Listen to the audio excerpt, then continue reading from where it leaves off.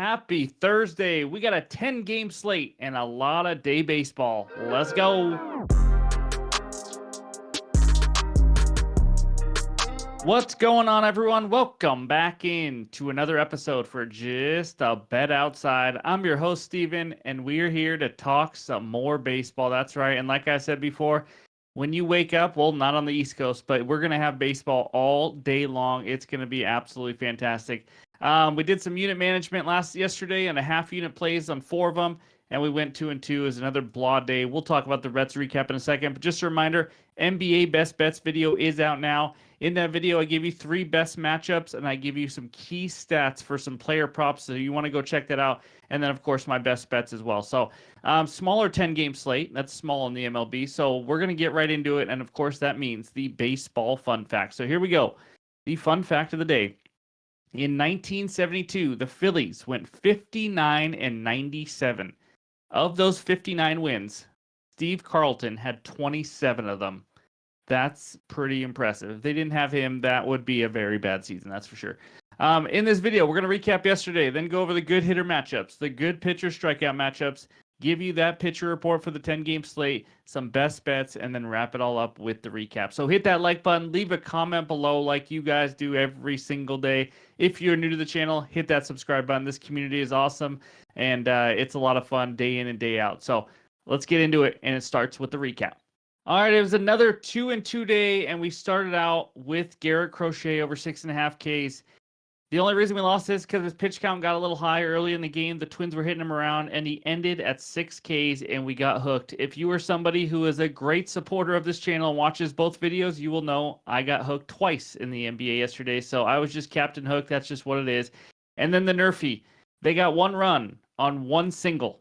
That's it, guys. 1 single in the first inning, and there was a run scored because we had a hit by pitch, a stolen base, and then a single for the run.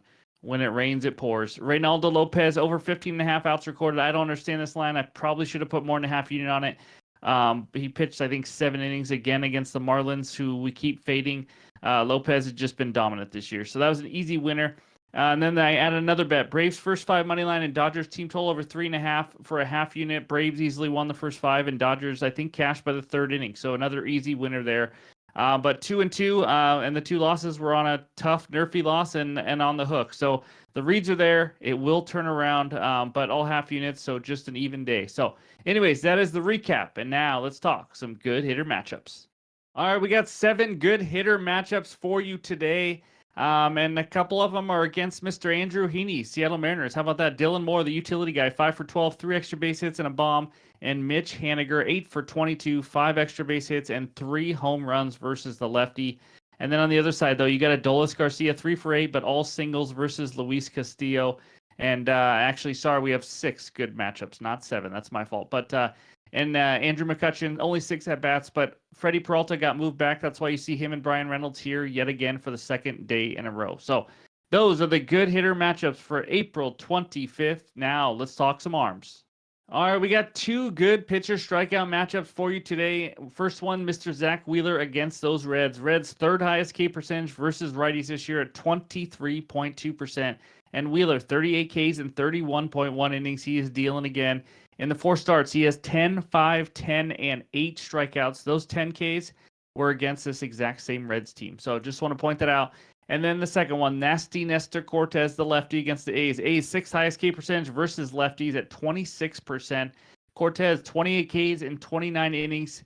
You know, he's not a huge strikeout guy. He's above average, but he's not one of those elite guys that we like to put on these lists. But the Oakland A's do strike out a lot, so I did want to point this out. And his only had 1 start versus the top 10 strikeout team. He had 9 Ks that game against the Tampa Bay Rays. So those are the 2 best pitcher strikeout matchups. And now let's check out the pitcher report.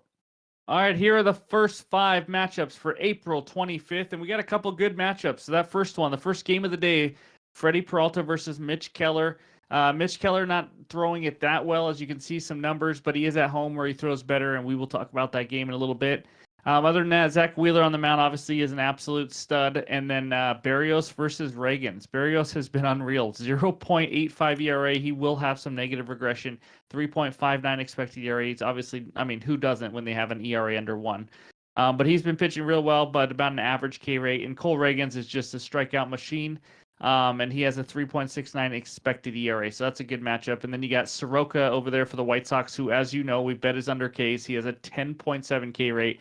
He does not know how to miss many bats. So, anyways, take a screenshot. Those are the first 5 matchups. And now let's take a look at page 2. And we got the old man, Justin Verlander, who actually did a little better than I thought he would in that first start. And now he goes to Wrigley Field to face a good Cubs offense. So we'll see how he does there, taking on Assad. And then Luis Castillo for the Mariners, who are actually scorching hot right now. I make fun of them, and then they get scorching hot. Their pitchers have allowed like nothing in the last like 60 innings. It's been unbelievable. We'll see if Castillo can keep that up against the Texas Rangers. And then we got Yamamoto on the mound again for the Dodgers, 32.3% K rate against Mackenzie Gore for a 31.8% K rate. So quite some opportunities for some Ks there. And then the bottom one, like we talked about, Nasty Nestor down there, 3.11 expected ERA, throwing well. Doesn't throw hard, but he knows how to get the job done. So those are the 10 matchups and the pitcher report for April 25th. And now it's time for the best bets. All right, this segment of the show is brought to you by our sponsor, Better Bet. That's BTR Bet, the best place to find, track, analyze, and share your bets. Click that link below in the description to go check it out. If you are serious about betting, that app is absolutely incredible. So here we go. The first bet takes us out to Pittsburgh. That's right. We got the Pirates hosting the Brewers in a very early game, 9:35 first pitch, my time. So 12:35 Eastern. Brewers on the money line, -125. Pirates money line, +105. Total in this game is 7 runs. That's right, a low 7 runs. My best bet, it's going to be a half unit again. I preach unit management. So I'm going to put my money where my mouth is. And I'm going to go down to a half unit until things start turning around, and I know they will. So, but that's what's happening right now. So you guys put whatever you want on it. I'm just letting you know for my sake. So I'm going to take Mitch Keller over 17.5 outs recorded at -115 on DraftKings.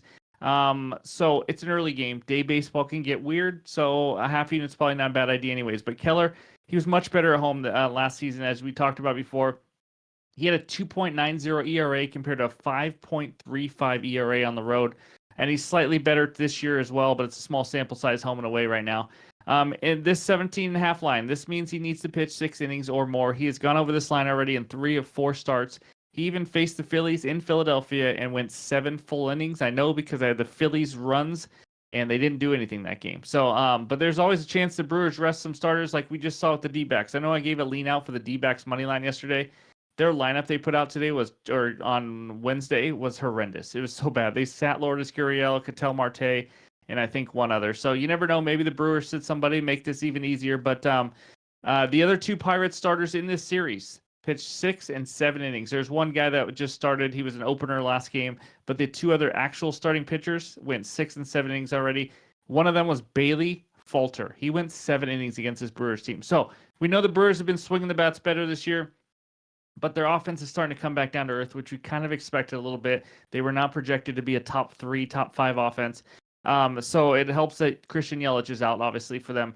Helps in regards to for us. But in the last 8 days versus right-handed pitching, just to kind of give you an idea where they've been at lately, they have the 6th worst WRC+, the 7th worst batting average, the 7th lowest OBP, which is on-base percentage, and the 2nd highest strikeout rate. So they are coming back down to earth a little bit. And I think this is a good spot. Keller's got a long leash like usual. He's a guy who eats innings. Like I said, he's pitched 6 or more innings in 3 of 4 starts already. So he's a guy they let go pretty deep. So I like him to go 6+ innings. They use some bullpen arms. I think they're going to need him. So give me Keller to go over 17.5 outs for the 4th time in 5 starts as my first best bet.